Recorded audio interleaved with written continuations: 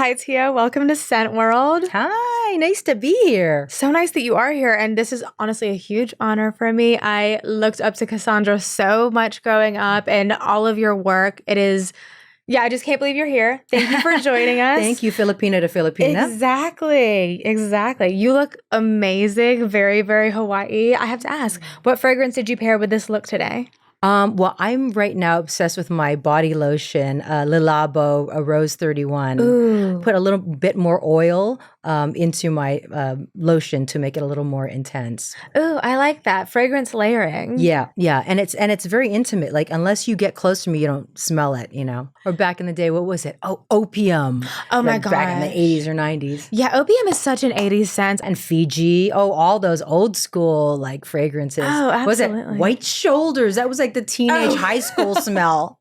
Is that what you wore in high school? White Shoulders, yeah. The little white bottle. Like, I can picture it. Like my life through scent. It almost smelled like that soap, like cashmere bouquet, you know, that kind of thing. So I have to say, you are a 2-time Grammy winner. You've starred in some of my favorite movies of all time. You were in General Hospital, but the role that made you a pop culture icon in my household was obviously Cassandra in Wayne's World. I feel like you were kind of catapulted to fame after that. It changed my life. That movie was the one that changed my life. I was doing co-starring and guest starring and TV and little movies and stuff.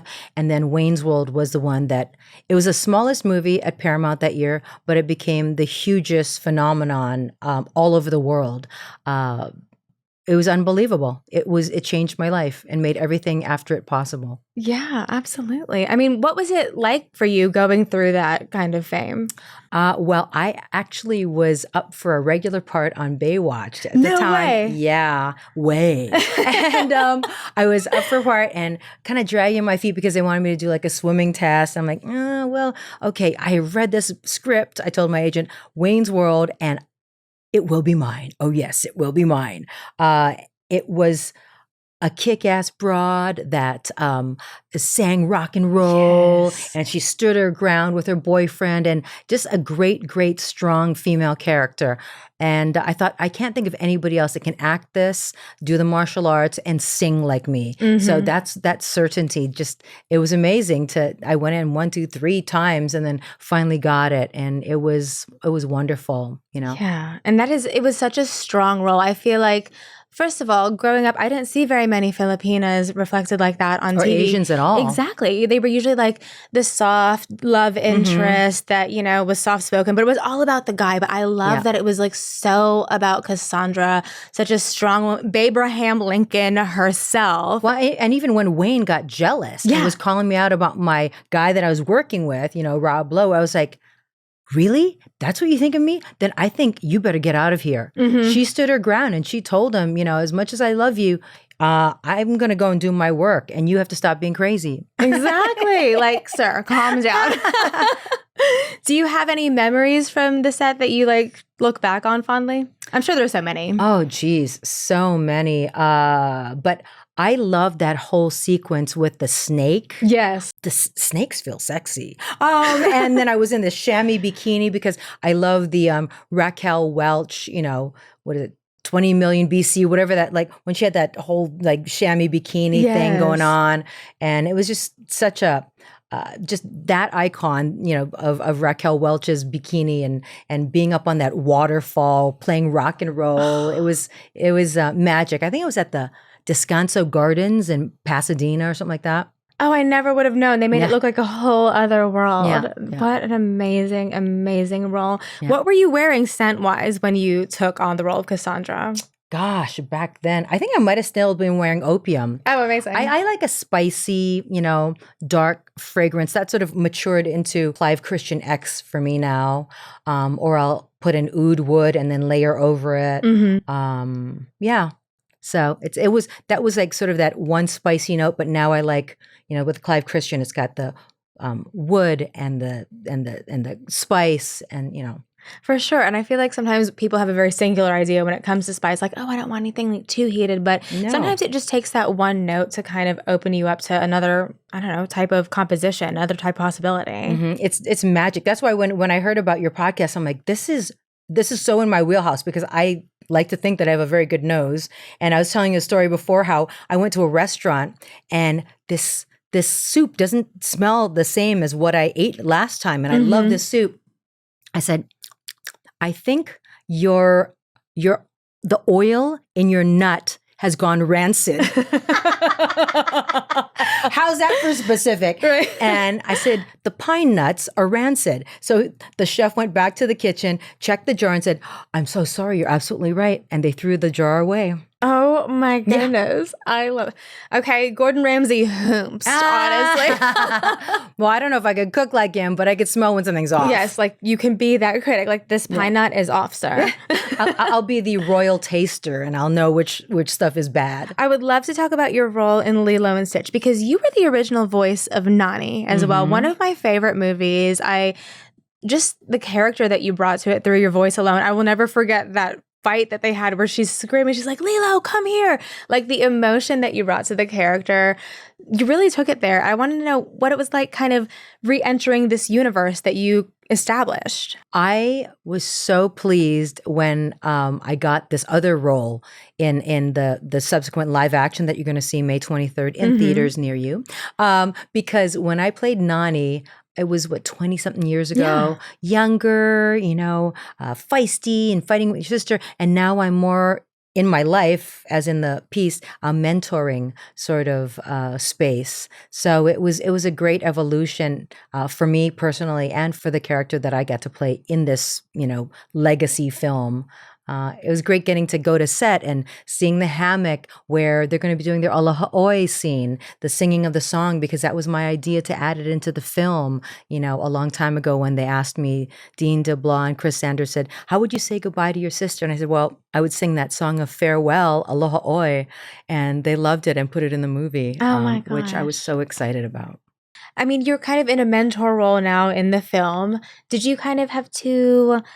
I don't know, what was it like working with the live action Nani, knowing that you had established that character, but, this new artist is taking it into her own world? Like Sydney is amazing. Yeah. She's amazing. She is Nani embodied. She's tough. She takes no prisoners. When she was training with Brian Keaulana, with the lifeguards in Makaha, she was like running under the water, like holding on to stones and, she did not play. I think she was a real athlete before she even came to film. So I really admire her. And I spoke to her early on because she had questions about the character and all that. I said, hey, I just played the voice in the cartoon. I said, you have within you the essence of Nani. So trust that strength that you have within you, because that's Nani. Oh, I love that. Yeah. I mean, yes, you say you just played the voice, but what a voice it was. I feel like acting on camera and voice acting, two very different things. And I would argue that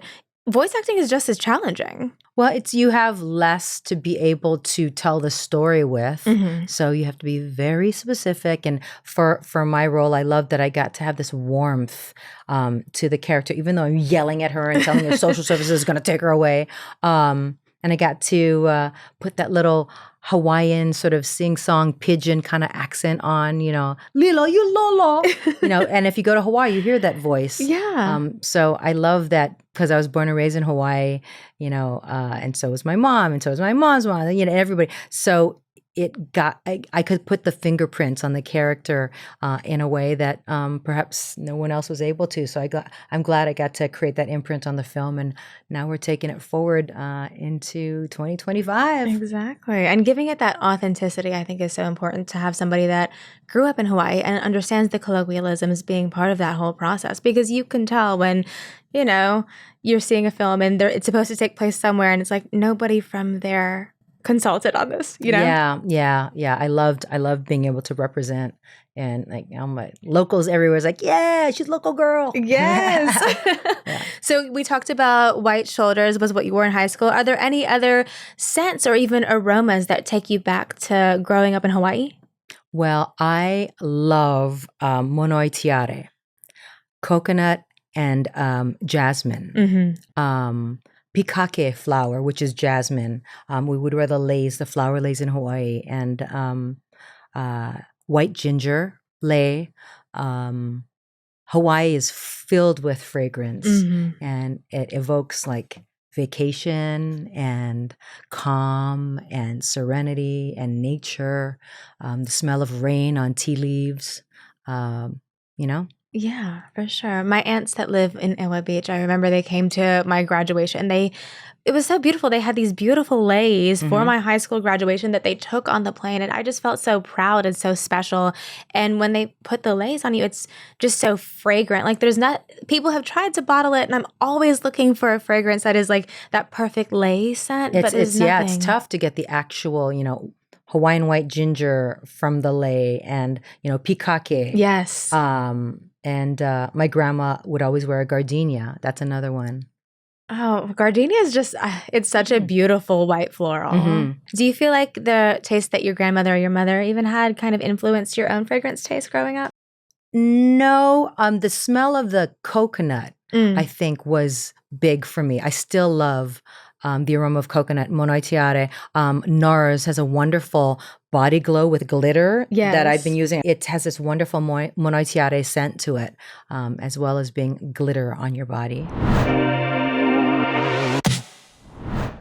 Hi everyone, I'm Tara and I'm the founder of Nea Perfumes, calling in for Scentbird News. And today I'm so happy and proud and excited to share that we are going live with Nea on Scentbird. And the collection consists of 6 super sensory scents. Each come with a unique story, a set of affirmations, and a very cool NFC tag integrated into the label, which you can just tap with your phone to be able to access a digital world of unique content, frequency music, and meditations, all designed to really help you journey with yourself to calm your nervous system and access a state of self-discovery, healing, and sweet transformation. So I look forward to sharing this concept with you and having you explore our fragrances and to really take you on a journey. Welcome to the world of Nea.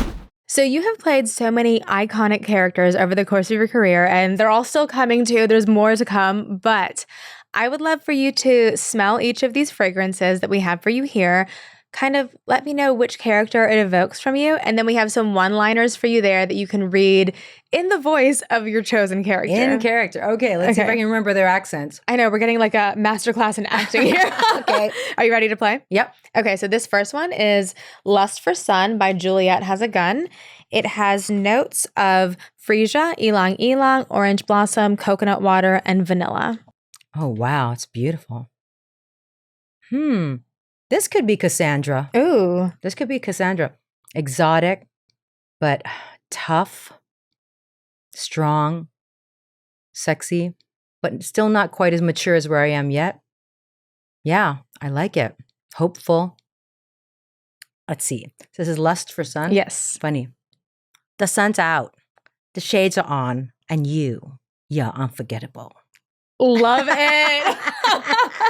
Oh my gosh, you just took me there. Oh my God. So the next one is by Future Society called Solar Canopy. This one is really cool. It's actually based on an extinct flower from Hawaii. So they kind of like did a 23andMe type thing where they found its closest living relatives. Oh, wow. But the closest living relatives of this extinct flower, which is called, what is it? Trippy. It's called Hibiscus waldoranius, last recorded in the Hawaiian southern slope in 1912. Oh. And the recreation is bergamot, red currant, lychee, pistachio, and pink sugar. Wow. This is cute. She's cute. Goodness gracious. I don't know. Maybe Lady Danger would wear this. Ooh. Because even though she's like this dangerous, horrible criminal, she had a sense of whimsy to her clothing and her way with her sparkly eye patch and AJ and the Queen. Let's see. So she probably thinks she's younger and prettier than she is. And she's a hot mess. Beyond the city, beyond the noise, a new world. And it smells like this. Oh my God, I love it. That's funny. I love how you're just able to recall their voices like that. So this next one is called Mango Skin by Wilhelm Parfumerie. It has notes of mango, jasmine, wild orris, vanilla, and pink sugar. Goodness gracious. Oh, how fun. Oh, man. This smells like juicy summer for me. Oh, yeah. A juicy, juicy summer. I don't know what character, though. Mrs. Keikoa? Yeah, it's friendly because I'm a social worker. and Yes. I'm going to be around kids. I want to be friendly, sweet, nice, empathetic, loving. Oh, Lilo. Juicy, wild, completely untamed. This isn't a perfume. It's a passport. Love that. And we also got a sneak peek because the movie's coming out soon. Yeah. May 23rd. Mango skin. So this next one is by... Making me hungry. Oh, right. And Filipinos have the best mangoes. Oof. Yes, the sweetest can't mangoes. wait. Yes. So the next one is by Nopalera. It's called Bosque Místico. And I believe it's inspired by like the forests in Mexico. Oh. So this has notes of hibiscus, citrus zest, honeysuckle, orris, and cashmere woods. Ooh, got the wood to it. Okay, this will be interesting. Oh, interesting. Just enough wood to ground it. So it's not all up here. Well, I just played this character in Waltzing with Brando, a new movie with Billy Zane.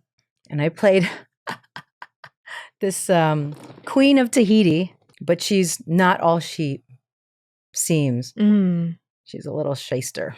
The forest breeze, the spirits rise. One mist, and you disappear into the magic. I've been wanting to see Waltzing with Brando too. I'm excited to see you take that character there. Fun, very fun. Oh, you're gonna laugh when you see her. Oh my gosh, I bet. So the last one is called Billie by Harlem Perfume Company. It's inspired by the white gardenia that Billie Holiday always used to wear. So this has notes of lush green leaves, sparkling bergamot, ylang ylang, sandalwood, and vanilla.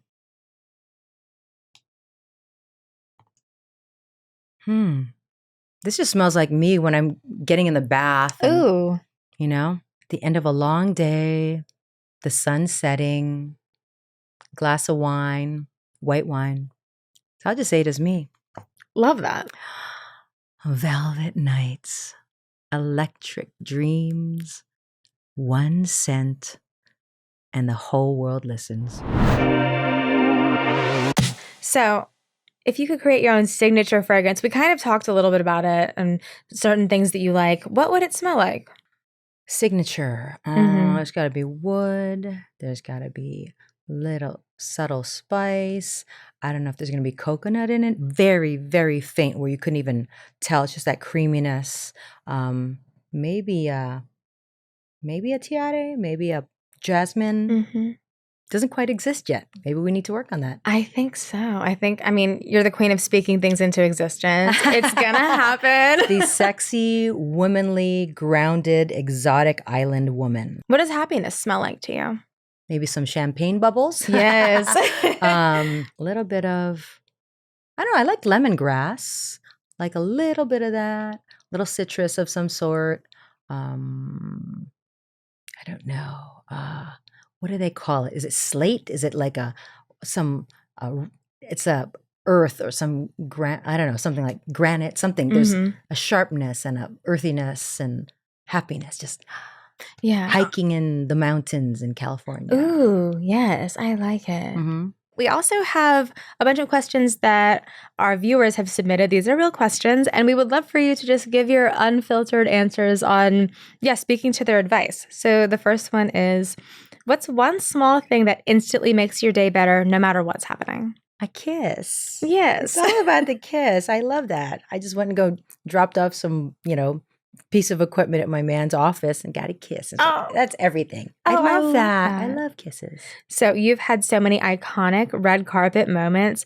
What's your advice for feeling stylish and put together on a regular day? I like to put on my foundation, my CC cream. It just makes me feel polished, and it's got a little glow to it. So I like that. Yeah, and it's sunscreen. Yeah. Multitasking. So this one is from a fellow artist. Mhm. I'm an artist. I act, Okay. sing, and write, but people keep trying to put me in a box. I'm scared that if I show too many sides of myself, I'll lose opportunities or confuse people. How do you stay true to all parts of your identity and all parts of your creativity without letting the world limit you? Well, I mean, I sing, I act, I write, I dance, I do everything. So I don't see the problem with it, except for time management. Yes. So, just make sure you don't overextend yourself and leave time to see to fruition each project. There has to be a finite end to, what you're doing. Because it's hard when you're juggling everything and you never finish anything, then you start not believing in yourself. So make sure that you make enough space and time for each and complete one and then complete the next one and the next one. Oh, okay. I like that. Time management is key. And that also kind of leads into the next question about imposter syndrome. So I recently started getting real momentum in my career, but I feel so much imposter syndrome. It's exhausting trying to prove myself all the time. Do you have any thoughts on how to keep going and not letting this get to you? If you need grounding, a journaling is good because when you write down how you feel, why you feel that way, and then you go and look at your journals from a year ago, 5 years ago, you realize you've come a long way, baby. Yes. And sometimes that little pat on the back of, oh my gosh, I was so spun out about that.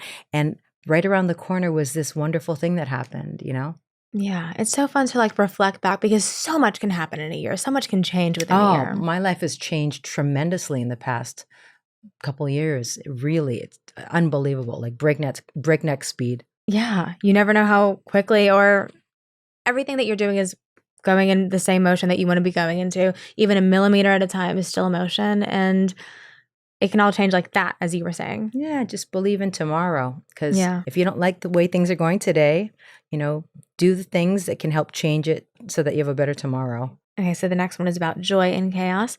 Most days, I feel like I'm just moving from one obligation to another. I don't want to live my life always waiting for someday to be happy. What's one thing you do to find real joy even when life is messy? Buy yourself flowers. Yes. That's another thing I forgot. Yeah, that's a special thing. Everybody waits for a special occasion. Like, I'm going to go to Trader Joe's and I'm going to buy myself flowers.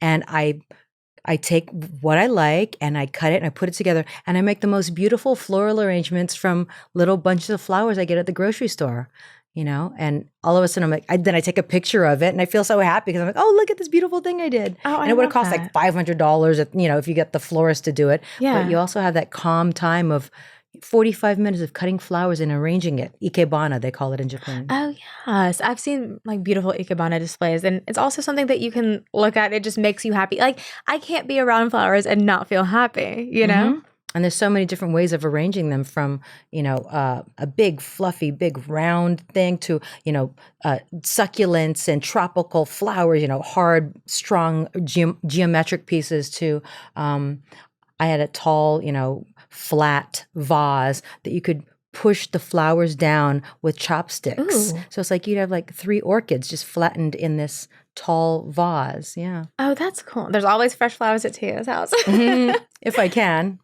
So the next question is about letting go of perfection. I'm someone who always feels like I have to get it right in work, relationships, everything, and it's exhausting. How do you let go of the need to be perfect and still trust that you're enough? I know I've suffered from the same thing, and if it's not perfectly clean, you drive yourself crazy. Yeah. And you have no time to do everything because nothing's going to be perfect. Nature is not perfect. Maybe hang out with somebody who's not perfect. Yeah. Hang out with somebody that teaches you how to embrace the mess and or do a pizza party and it's a mess and you let it be a mess for a while and just fight that urge to make it perfect. Roll around in the sand and be dirty, dig your hands in the dirt and plant something to embrace that mess. Oh, I love that. So the last question, it feels like everyone around me is hitting huge milestones like dream jobs, big moves, starting families, and I feel like I'm falling behind. How do you keep trusting your own path when life doesn't seem to be moving at the pace you hope for? Yeah, that's hard, particularly in the day of social media. Yeah. Because everybody's got their fabulous life in front of you and you're thinking, everybody's living their best life but me, and I'm late to the game. I don't have kids. I don't have $1 million. I'm not on a boat trip. Whatever it is, that's where you have to create small goalposts for yourself. If I just write X many pages of my script today, if I just get my house clean today, if I just call 3 people that mean so much to me today and connect with them and fill my heart. There are different ways of making deposits into your heart. Yes. Because we get depleted so much out in the world. You have to create these deposits and figure out what it is. And that could be your goal for that day. And it'll make you feel better and feel like you're moving forward in one aspect of your life. Because maybe you're hitting a dead end with your job right now, but you can be a better person. You can help someone. You can, connect with the people that can help you feel better. Yeah, you're in control of how you feel. And to your point about social media, it's so hard to not compare yourself sometimes to everybody else's highlight reel, but also remembering that they're not posting the times that they got the rejection. They're not posting the times they were told no. They're not posting the struggle. Yep. When they're messy, when they're depressed, when they're feeling ugly, when they're feeling chubby, all this stuff. It's and then you have, all the AI stuff making us look even more beautiful. It's just know that it's not real. Like, all that glitters is not gold. I have a poster that I love that I had since I was a kid, and it was Snoopy standing on a step stool looking over a fence, and it says, "The grass is always greener on the other side till you realize it's artificial turf." Oh. Yeah. And that's really that sums it all up. I love that. Snoopy always knew. Snoopy really always knew.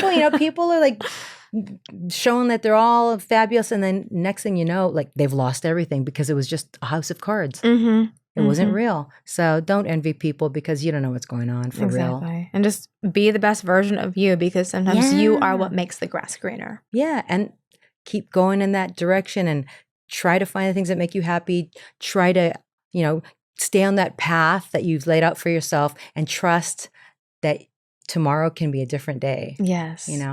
I never had any idea that I'd come from a little rock in the middle of the Pacific Ocean, and I've traveled the world and, millions of people all over the world seeing my work, enjoying my work. And I never would have known this was going to hit me. I mean, Tia, this isn't even really a question. I just want to express that, you mean so much to me. I can't believe that you're here.